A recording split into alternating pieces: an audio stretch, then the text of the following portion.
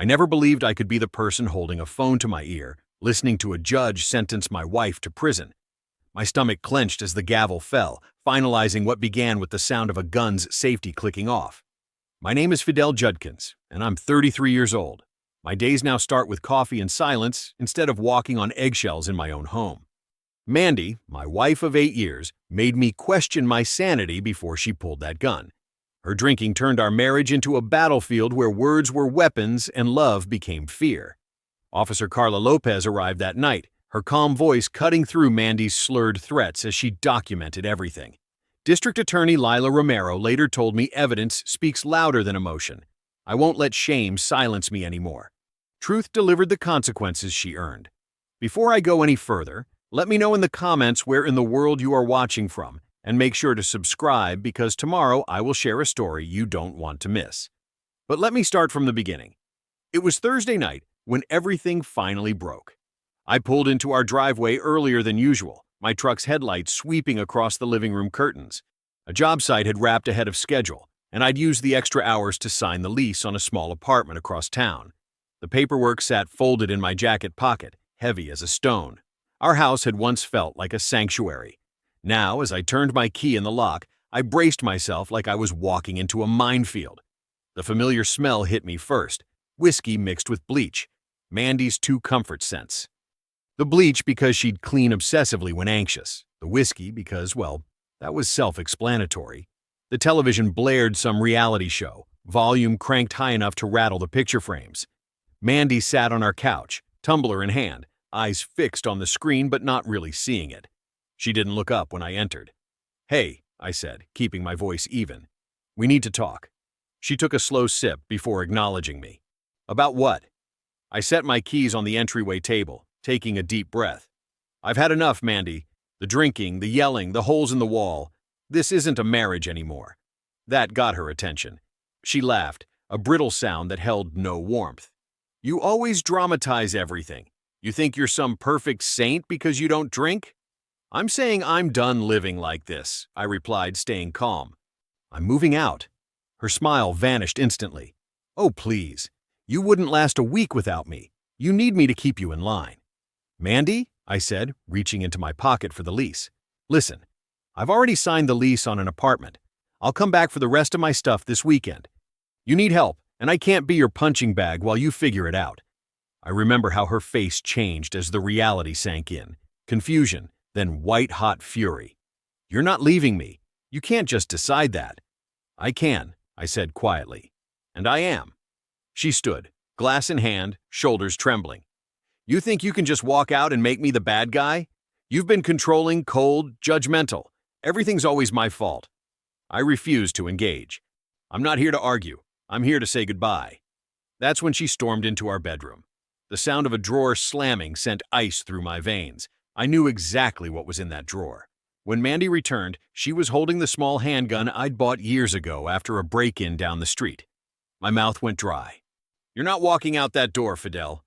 "Put the gun down," I said, backing toward the kitchen counter, trying to keep my voice steady despite my racing heart. Her eyes were glassy with liquor, her aim unsteady. "You're not going to leave me like everyone else did. You'll regret this." "I already do," I whispered, feeling behind me for my phone. With slow movements, I slid my phone from my pocket, hit the emergency dial, and laid it on the counter. "Mandy, the police are on the way. Don't do this." "You called the cops on your own wife?" she screamed, waving the gun toward the door. "You think they'll believe you? You've been gaslighting me for years." The sirens came faster than I expected. Red and blue lights flashed through our front window, painting the walls in urgent color. Mandy froze. "Police! Open the door!" A woman's voice carried clearly through the glass. "Ma'am, drop the weapon!" I watched Mandy's hands begin to tremble. For a moment, I thought she might actually raise the gun higher. Instead, it clattered to the tile floor. The next few minutes blurred together. Officer Lopez and her partner entered with weapons drawn. Mandy was ordered to the ground, her wrists secured behind her back while she sobbed and cursed. Officer Lopez secured the gun, checking the chamber with practiced movements. "Are you all right, sir?" Officer Lopez asked me, her eyes scanning for injuries. I nodded, trying to stop my hands from shaking. "I want to press charges," I said, "and I need a restraining order." As they led Mandy out to the cruiser, she looked back at me once. Not with anger anymore, but with something worse. Betrayal, as if I were the one who had broken faith. I stood alone in our kitchen as the sirens faded, noticing how the overhead light flickered slightly. The lease papers had scattered across the floor during the chaos. My ears were ringing, and one thought kept circling. Did the 911 operator hear the sound of the safety clicking off? Would anyone believe me if they hadn't? I sat at our dining table at 1:10 a.m., the house silent except for the hum of the refrigerator and my own shallow breathing. The incident number Officer Lopez had written down for me, CR 47892, stared back from a yellow sticky note. My hands still trembled as I created a new folder on my laptop labeled Case and typed in the number. The living room looked almost normal, except it wasn't. The gun was gone, taken as evidence. Mandy was gone too, processed into county lockup by now. But the room held echoes of what happened. A half-empty glass of whiskey on the coffee table, the scattered lease papers I'd now collected, the faint scuff marks where officers had moved quickly across our floor. I methodically photographed everything: the whiskey bottle on the counter, the open drawer in the bedroom where she'd kept the gun, even the small holes in the hallway drywall from previous fits of rage I'd patched but never painted over. Documentation, Officer Lopez had emphasized. Document everything. By 3 a.m., exhaustion hit me like a physical weight. I couldn't bring myself to sleep in our bed, so I stretched out on the couch instead, setting my phone alarm for 6 near a.m. Sleep came in fitful bursts, broken by replays of the gun in her hand. The alarm felt like it went off seconds after I closed my eyes. I showered quickly, put on clean clothes, and drove to the victim services office that opened at 7 a.m. A woman with tired eyes and a kind smile listened as I recounted the night before. "We'll get you started on a temporary protective order right away," she said, sliding forms across her desk. "The judge reviews these first thing, but you'll need to go to the courthouse to file officially." I remembered a summer when Mandy and I had first started dating. We'd gone for ice cream after work, and she'd laughed when a drop landed on my nose. That woman seemed like someone from another life now. When did that person disappear? Or had I just been blind? The courthouse opened at 8:30 a.m. The clerk, Denise Harper, according to her nameplate, had the efficient movements of someone who'd guided hundreds through this process. "Fill these out completely," she instructed, handing me a packet. "Be specific about the threat, the weapon, any prior incidents. The judge will review it today, and if granted, we'll arrange service through the sheriff's department." I wrote until my hand cramped, detailing not just last night, but the pattern. The increasing drinking, the accusations, the isolation from friends, the broken dishes, the time she'd thrown my phone against the wall when a female client called about a job. "There's a 3-week hearing date here," Denise explained, pointing to a calendar. "That's when both parties appear to determine if the temporary order becomes permanent. The district attorney's office is down the hall if you want to check on criminal charges." In District Attorney Romero's office, an intake assistant with rectangular glasses and a no-nonsense manner took my information. "DA Romero wants to review domestic cases personally," she explained, scheduling an interview for the following morning. "We'll request the 911 audio and Officer Lopez's body cam footage. Do you have any previous police reports with your wife?" I shook my head. I never called before. I thought I could handle it. She looked at me with an expression I was starting to recognize, sympathy mixed with a question. "Why did you wait so long?" By noon, I was back home. The silence felt both comforting and strange. First, I changed the passcode on the small lockbox where I kept important documents. Then I methodically walked through the house, photographing and listing items, furniture, electronics, kitchen equipment, anything that would need to be divided eventually. The wedding photos on the wall caught my eye. I took them down and placed them in a box in the closet. At 2 p.m., I called Alan Pierce, the therapist I'd started seeing 6 months ago when things with Mandy had deteriorated further. "Fidel," he answered, "are you all right? I have a few minutes between sessions." "Mandy pulled a gun on me last night," I said, the words still feeling surreal. "She's in custody. I need to document our sessions, the times I told you about her drinking, the volatility." "Come in tomorrow afternoon," he said after a pause. "I'll prepare my notes. This is a significant escalation, Fidel." The day stretched on. I called my foreman to arrange coverage for the job sites. I ate a sandwich I barely tasted. I checked my phone constantly, half expecting Mandy's name to appear. By 11:40 p.m., I was uploading everything to a secure cloud folder. The security camera clips from our doorbell that showed police arrival, screenshots of text messages with timestamps, our phone log showing her erratic calling patterns over the last month. When I finished, I stood at the front door, testing the chain lock, my fingers lingering on the cool metal. Would she call from county tonight? Or would she already be working on her version of events, rewriting what happened by sunrise? I stared at my phone, wondering which it would be. I arrived at the courthouse at 8:30 a.m. for the 9-0 hearing, my hands steady but my stomach in knots. The manila folder under my arm contained everything: Officer Lopez's initial report, the photographs I'd taken of our living room, and a thumb drive with the 911 call audio that District Attorney Romero's office had provided. The hallway outside Courtroom C smelled like furniture polish and anxiety. I wasn't the only one there for a protective order. A young woman with a toddler clutched similar paperwork a few benches down. We exchanged the briefest nod of understanding.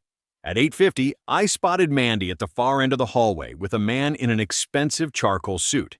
Her hair was pulled back severely, and she wore a modest blue blouse I'd never seen before. The perfect picture of composure, not the woman who'd waved a gun at me 3 nights ago. "Mr. Judkins?"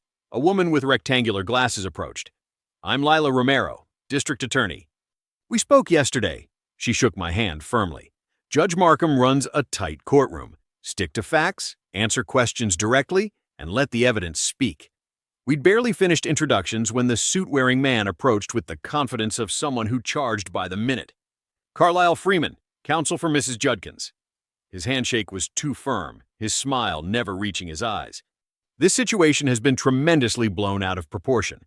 My client was frightened during a volatile domestic dispute." "Your client pointed a loaded weapon at my client," Romero replied coolly. "The proportion seems accurate." At precisely 9:00, a bailiff called us into Courtroom C. Judge Eleanor Markham sat behind the bench, silver-haired and stern-faced, reviewing documents with the efficiency of someone who'd heard every possible story. "Protective order hearing, Judkins versus Judkins," she announced. "Counselors, identify yourselves." After introductions, I took the witness stand first. My voice stayed steadier than I expected, as I described that night. Mandy's drinking, my announcement about moving out, her retrieval of the gun, my 911 call. "And where is the weapon now?" Judge Markham asked. "In police evidence, Your Honor," District Attorney Romero replied. "Officer Lopez's report confirms it was loaded with one in the chamber and the safety disengaged." Carlisle Freeman rose for cross-examination, his movements theatrical. "Mr. Judkins, isn't it true that you surprised my client with news of leaving? That you'd made these arrangements secretly?" "I told her I couldn't live with her drinking anymore," I replied. "I'd said it many times before." "But you'd already signed a lease without discussion," he pressed. "Wouldn't you agree that's provocative behavior in a marriage?" District Attorney Romero objected. "Your Honor, counsel is attempting to justify brandishing a deadly weapon as a reasonable response to marital discord." "Sustained," Judge Markham said sharply. "Mr. Freeman, proceed with relevant questions." Freeman changed tactics. "Has my client ever physically harmed you before this alleged incident?" I hesitated. "Not with weapons, but she's thrown things, broken property." "So that's a no," he interrupted. "I'm not finished," I said firmly. "She's punched walls beside my head, blocked doorways to prevent me from leaving during arguments, and threatened what would happen if I ever left." The exchange continued for 15 minutes before District Attorney Romero presented the 911 audio. The courtroom fell silent as Mandy's voice echoed through the speakers. "You're not walking out that door, Fidel." My calm reply. "Put the gun down." Then her threat. "You'll regret this." And finally, unmistakably, the metallic click of the safety. Judge Markham listened without expression, then turned to Mandy, who had taken the stand. "Mrs. Judkins, your blood alcohol content was 0.17 at booking, more than twice the legal limit. Were you intoxicated when you retrieved the firearm?" "I'd had a few drinks," Mandy admitted, her voice small. "I was upset. I never intended to hurt Fidel. I just didn't want him leaving me like that." "Intent isn't required for deadly conduct," Judge Markham replied coldly. "Only recklessness." When Freeman argued for limited protection without exclusion from the home, Judge Markham cut him off. "The court grants the protective order in full. Mr. Judkins is awarded exclusive occupancy of the residence pending criminal proceedings. Mrs. Judkins is barred from contact within 500 feet.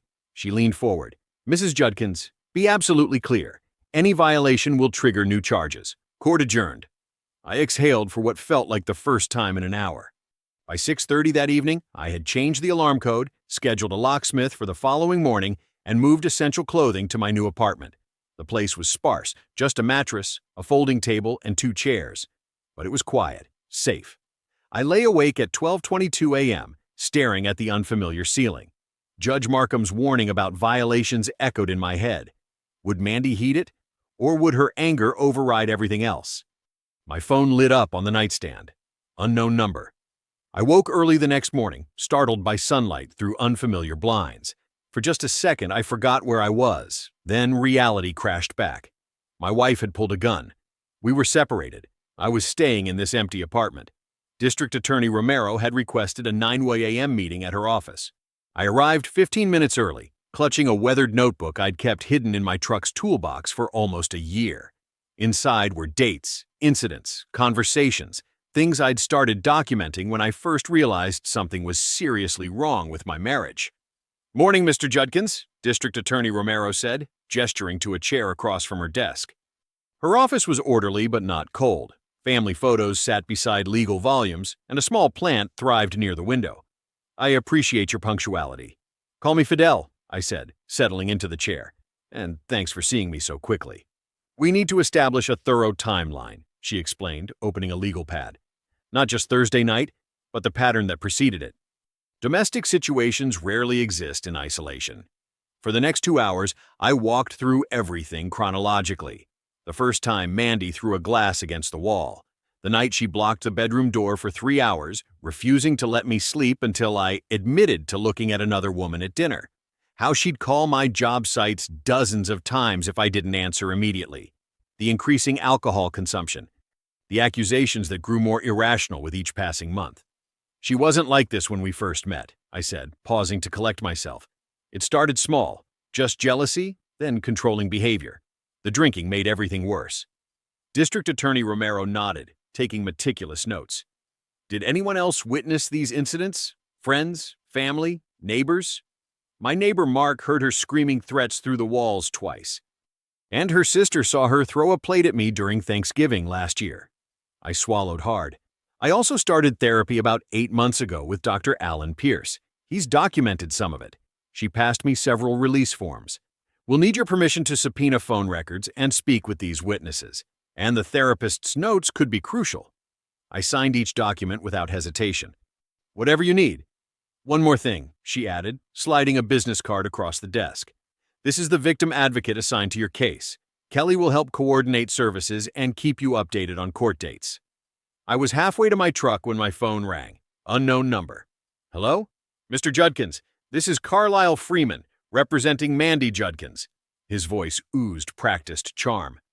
"I thought we might speak directly, man to man, about resolving this situation amicably." I checked my watch. 3:15 p.m. "I'm listening." "My client never aimed the weapon at you. She acknowledges poor judgment while intoxicated, but there was no true intent to threaten." He paused for effect.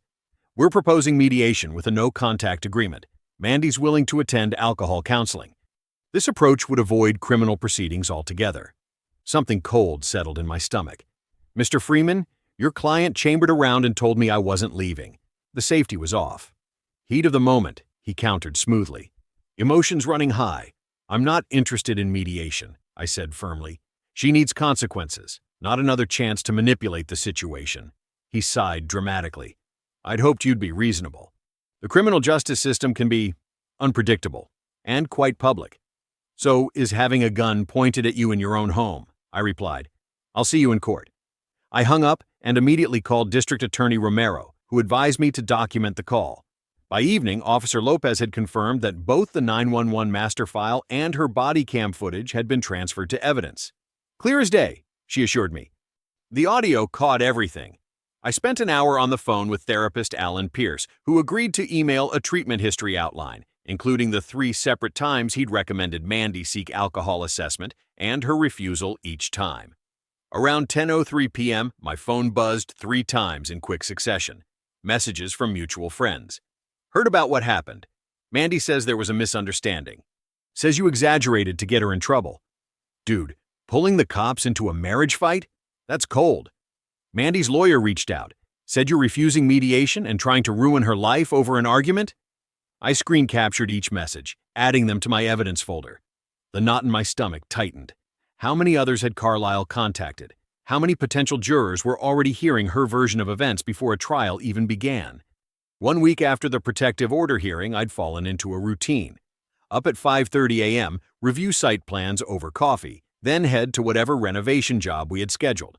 The physical work, tearing out drywall, framing new spaces, laying tile, kept my hands busy and my mind focused on something besides the case. My crew never asked directly, but I caught their sideways glances. News travels fast in small towns. I just worked harder, stayed later, and kept conversations on lumber deliveries and inspection schedules. Every evening followed the same pattern. Dinner alone at my apartment, a therapy session with Alan twice a week, then documentation, scanning emails, recording phone calls, organizing everything chronologically in case Carlisle tried twisting the timeline. Structure helps during chaos, Alan had advised. When everything else feels unpredictable, create predictable patterns for yourself. I was just falling asleep Wednesday night when my phone vibrated 3 times in quick succession. 3 voicemails, all from the same unknown number, all after midnight. The first began with sobbing. "Fidel, please. I'm sorry, I didn't mean it. You know I wouldn't hurt you. We can fix this." The second shifted tone completely. "You think you're so perfect? Acting like I'm crazy while you sit in your new apartment playing victim? I made you. You were nothing before me." The third chilled me to the bone. "You ruined my life, Fidel. You think you're safe now. You're not. You'll regret this. I swear to God." I recognized the rapid emotional cycling, the pattern that had defined our last years together. Contrition, blame, threats, rinse and repeat. My hands shook as I forwarded the messages to District Attorney Romero. Her response came at 7:15 the next morning. "Come to my office, bringing additional charges." 2 hours later, I sat across from her desk as she prepared paperwork. "3 clear violations of the protective order," she said. "Plus, that third message constitutes a criminal threat. I'm filing for additional counts." "Will it stick?" I asked. She nodded firmly. The first message alone proves she knew exactly who she was contacting. The third message demonstrates clear intent to intimidate. She looked up from her computer. "I'm also adding the original charge of aggravated assault with a deadly weapon. The 911 call, Officer Lopez's body cam, and your testimony are solid evidence." 3 days later, we were back in court. Carlisle arrived in a tailored gray suit, looking less confident than before. Mandy sat beside him, thinner now, hair pulled back severely, eyes darting around the courtroom until they found mine. I looked away. "Your Honor," Carlisle began, "we're petitioning for a bail modification. Ms. Judkins has enrolled in an alcohol treatment program and anger management courses. She's demonstrating commitment to addressing the underlying issues." Judge Markham's expression remained impassive as she reviewed the transcript in front of her. "And what about these new violations, Mr. Freeman?" she asked, gesturing to the paperwork. 3 calls in 1 night, including what appears to be a direct threat. A momentary lapse in judgment, Your Honor. The stress of incarceration. Has it been only a week since I explicitly warned your client about contact violations? Judge Markham interrupted. Yes, Your Honor, but petition denied. Bail remains as set. And, Mr. Freeman, she added, advise your client that further violations will result in additional charges and potentially enhanced sentencing. She turned to me. Mr. Judkins, the court is updating your protective order to include these new incidents. After court, Officer Lopez approached me in the hallway. I'll be serving her the updated order today, she said quietly, and I'll make sure she understands the consequences if she contacts you again. Thank you, I said, surprised by the steadiness in my voice. Document everything, she reminded me, even things that seem small. Patterns matter in these cases. That evening, I returned to my apartment around 8:45 p.m. As I approached my door, I spotted something on the welcome mat, a small bouquet of flowers, already wilting in the summer heat. No card, no note, just flowers. My stomach tightened. Was this supposed to be an apology? A reminder that she knew where I lived? Either way, it was another violation. I snapped a photo without touching the bouquet and texted it to Officer Lopez. Found these at my door just now. No card. Her response came quickly. Don't touch them. I'm sending someone over to collect them as evidence. I stood in my doorway, staring at those dying flowers, wondering if they were meant as a peace offering or a warning. With Mandy, the line between remorse and intimidation had always been dangerously thin. The courthouse air conditioning struggled against the late summer heat as we filed into courtroom 3 for pretrial motions.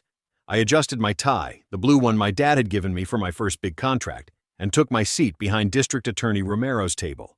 The familiar knot in my stomach tightened as the bailiff called the room to order. "All rise for the Honorable Judge Eleanor Markham." Judge Markham entered with quick, purposeful steps, her silver hair catching the fluorescent light. "Be seated," she said, settling behind the bench. "We're here for motions in the State versus Judkins case." Carlyle stood immediately, buttoning his expensive jacket. "Your Honor, defense moves to suppress the 911 audio recording as unduly prejudicial to the defendant. The emotional content of the recording could inflame the jury beyond its evidentiary value." I felt my jaw tighten. The recording was the truth, unfiltered, unedited. It captured exactly what happened that night. District Attorney Romero rose calmly. "Your Honor, the 911 recording is not only relevant but central to establishing the defendant's intent and state of mind. It captures in real time the defendant's explicit threats and the sound of a weapon being readied for use." She placed her hands on the table. "This isn't about emotion. It's about documenting criminal conduct as it occurred." Judge Markham reviewed the motion papers, her expression giving nothing away. I remembered the way my hands had trembled when I hit that emergency dial button, how I'd placed the phone on the counter, praying the dispatcher would hear everything. "Mr. Freeman, while I understand your concern, the evidentiary value of the recording substantially outweighs any prejudicial effect." Judge Markham looked directly at Carlyle. "Motion to suppress is denied. The jury will hear the 911 recording in its entirety." Relief washed over me. The truth would be heard. "Additionally," Judge Markham continued, "jury selection will begin 6 weeks from today. I expect all discovery to be completed by then." She struck her gavel. "We're adjourned." District Attorney Romero turned to me as people began filing out. "This is good news, Fidel. The recording is powerful evidence."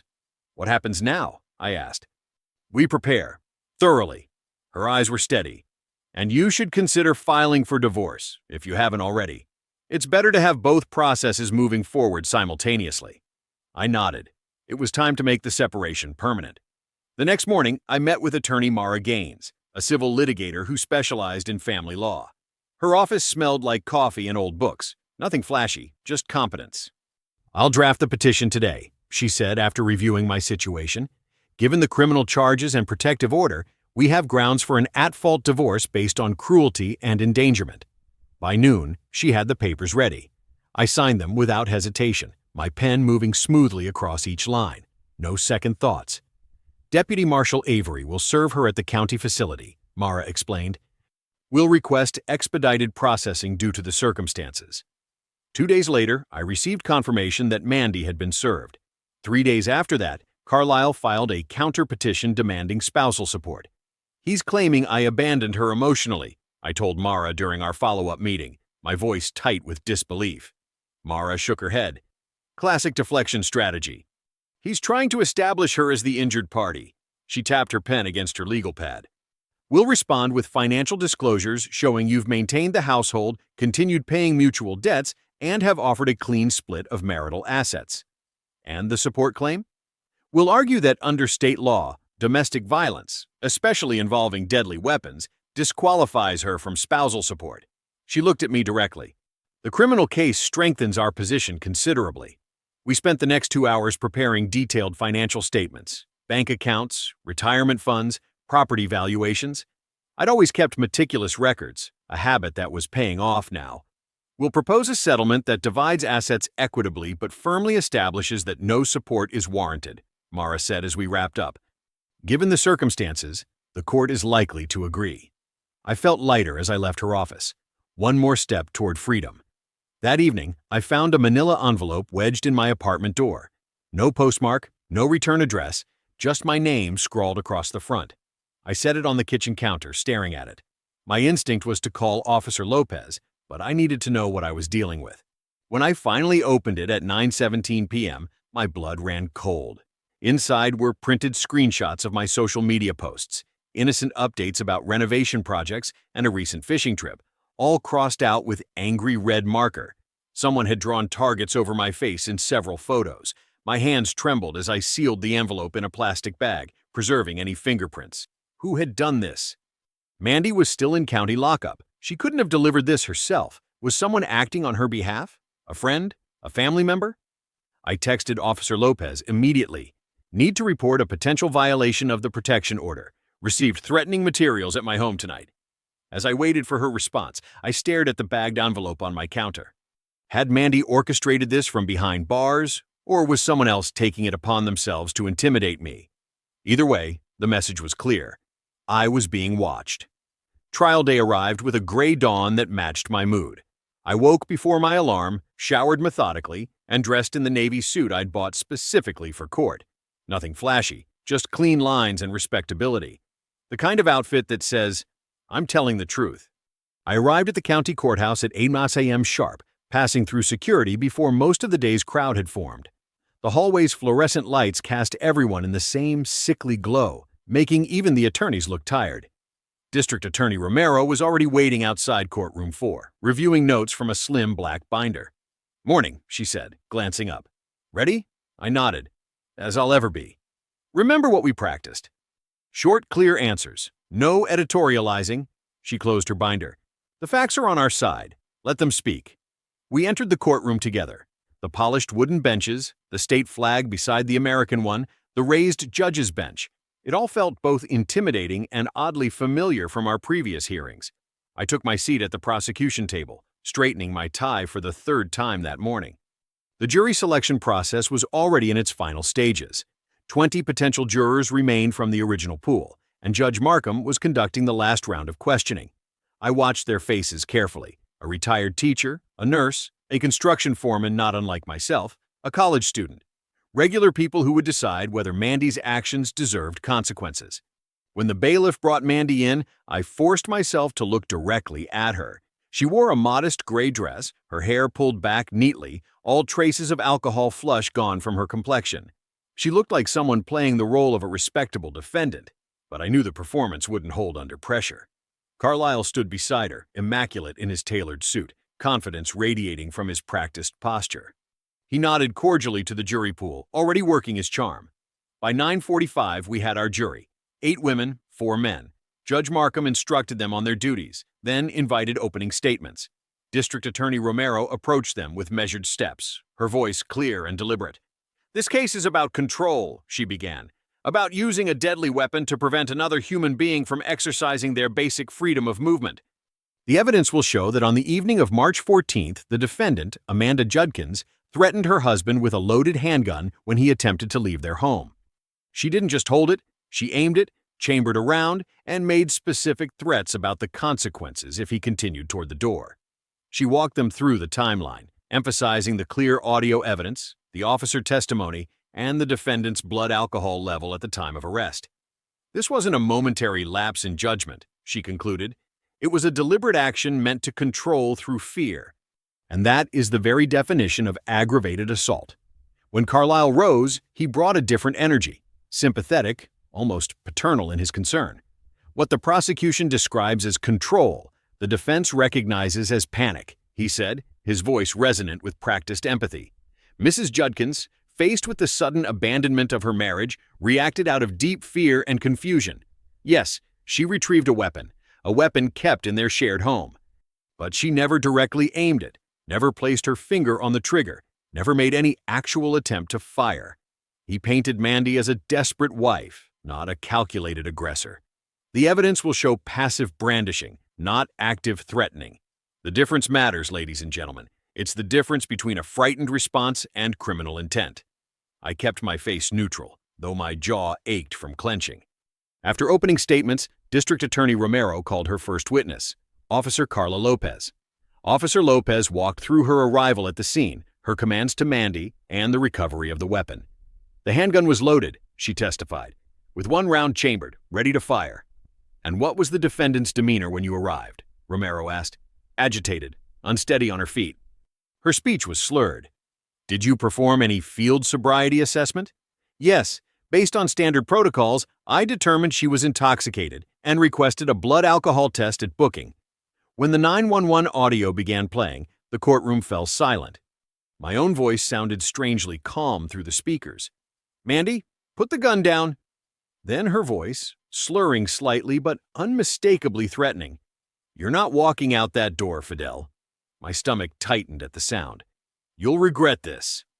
The words hung in the air, followed by the distinct metallic click of the safety being disengaged. Several jurors straightened in their seats. One woman's hand moved unconsciously to her throat.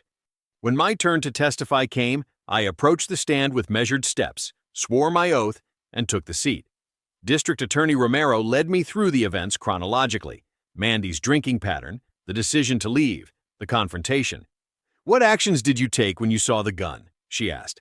I kept my distance. I called 911. I spoke calmly and complied with her demands not to move toward the door. "Why didn't you attempt to take the weapon away?" I didn't want to escalate the situation.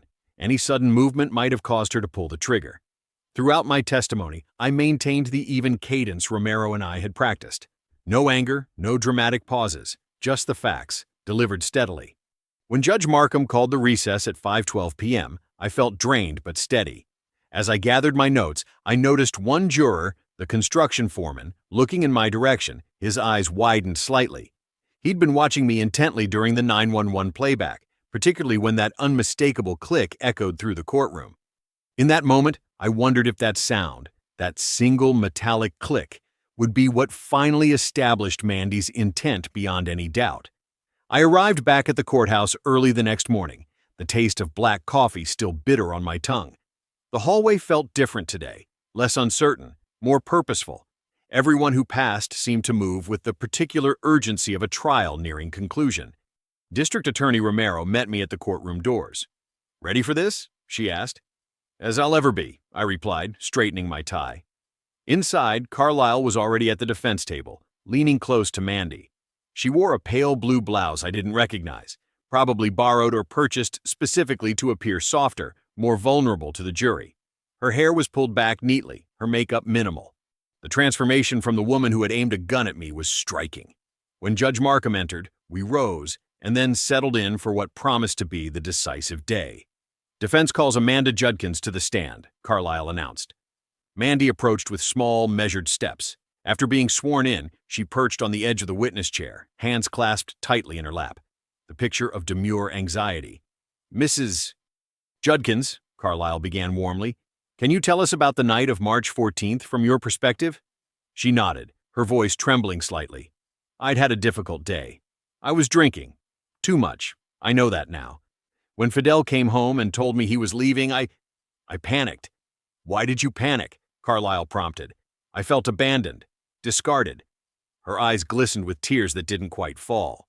"When someone you love tells you they've already leased another apartment without even discussing it, it feels like your world is ending." "And the gun?" Carlisle asked gently. I wasn't thinking clearly. The alcohol blurred my judgment. She looked down. "I just wanted him to stay and talk things through. I never intended to hurt him. I've never hurt anyone in my life. Remember those summer thunderstorms we used to watch from the porch? The way the air would feel charged, waiting? That's how the courtroom felt during her testimony, everyone sensing the gathering storm of carefully crafted fiction. Carlisle walked her through several more sympathetic questions, emphasizing her fear of abandonment and momentary confusion. He painted a picture of a desperate woman who made one terrible mistake, not a calculated aggressor. When District Attorney Romero stood for cross-examination, the energy in the room shifted. "Mrs. Judkins," she began, "you testified that you never intended to hurt your husband, yet you retrieved a loaded weapon, correct?" "Yes, but—" "And you chambered a round, didn't you?" Mandy hesitated. "I don't remember doing that specifically." Romero approached with a document. "Your firearms training certification from 3 years ago indicates you understand that chambering a round prepares a gun to fire immediately. Is that accurate?" "Yes," Mandy admitted quietly. "You also testified that you just wanted him to stay and talk. Is pointing a gun at someone a method of initiating conversation that you found effective in the past?" "I didn't. That's not fair," Mandy protested. "Mrs. Judkins, after the restraining order was issued, did you contact your husband?" "I called him, yes." "Despite the court explicitly forbidding such contact?" "I was upset.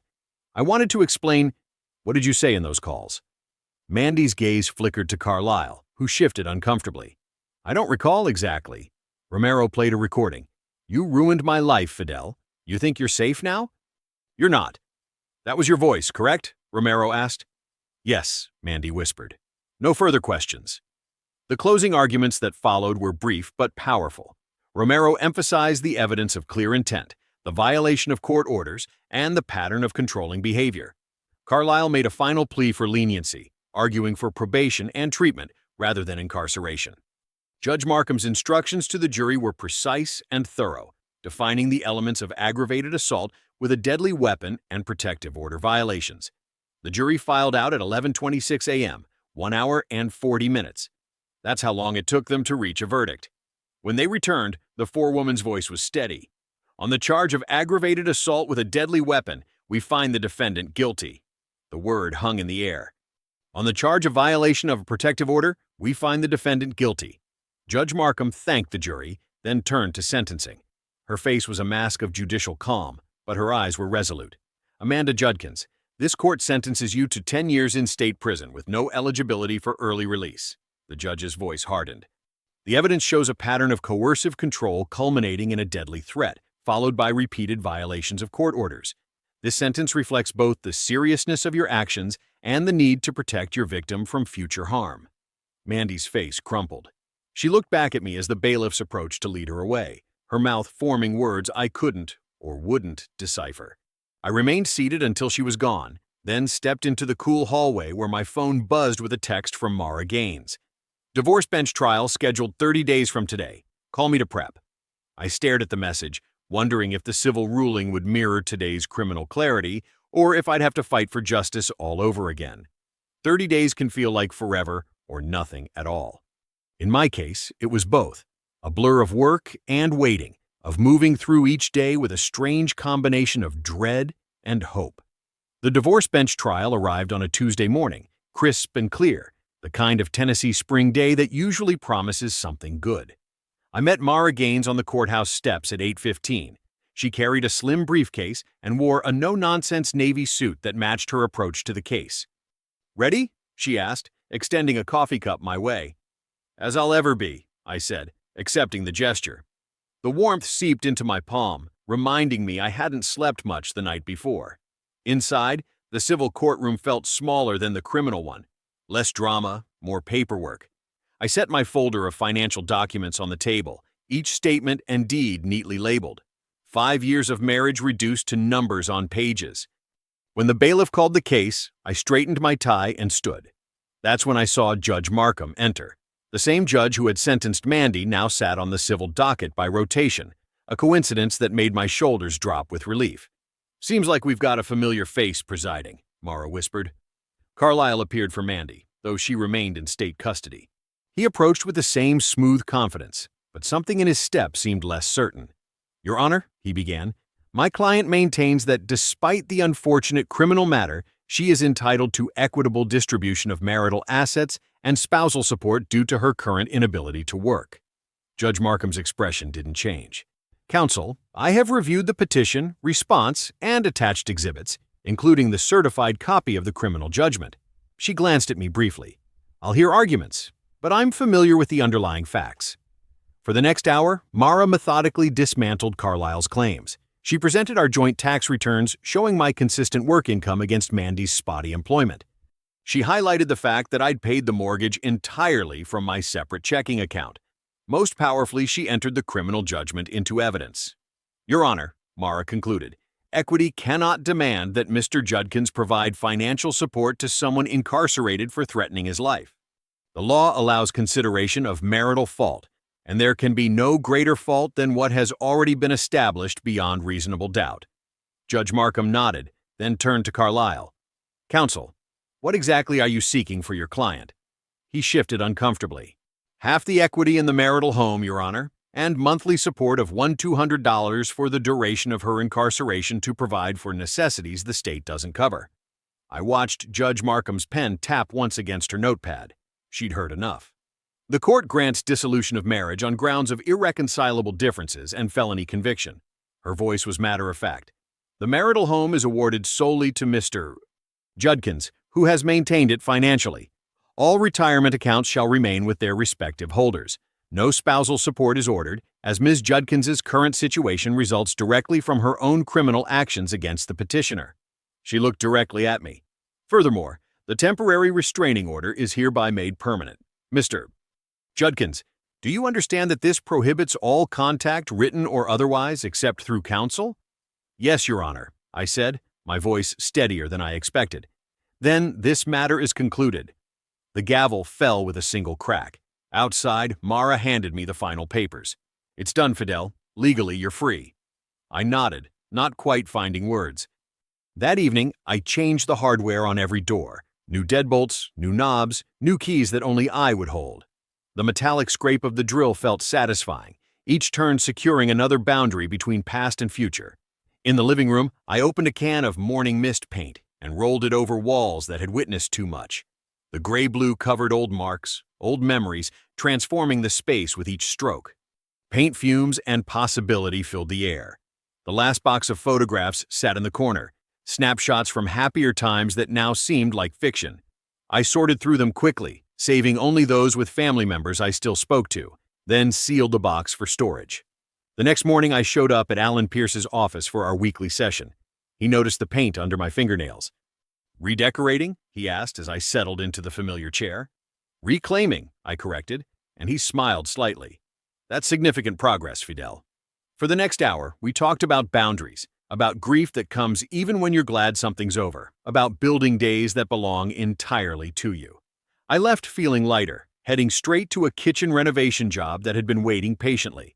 The days found their rhythm again. Early mornings at job sites, satisfaction in created things, quiet evenings that belonged just to me. No walking on eggshells, no bracing for storms. 3 weeks after the divorce was final, I found it in my mailbox, an envelope with the state prison stamp and Mandy's inmate number in the corner. My name was written in her familiar slanting script. I carried it inside and set it on the kitchen counter, unopened. It sat there through dinner prep, through eating, through cleaning up, through sunset. The next morning, I stepped onto the porch as the sun crested the horizon. Birds called from the oak tree, and somewhere in the distance, a truck rumbled to life. The air smelled like dew and possibility. I leaned against the railing, coffee warming my hands, and considered the question that had kept me awake. Should I burn her letter tonight, a final cleansing ritual, or keep it sealed as proof that peace no longer needs an answer? I believe stories such as this find us for a reason. If this one touches you, please subscribe. I share a new one every day. In the meantime, there are 2 stories on the screen that are even better.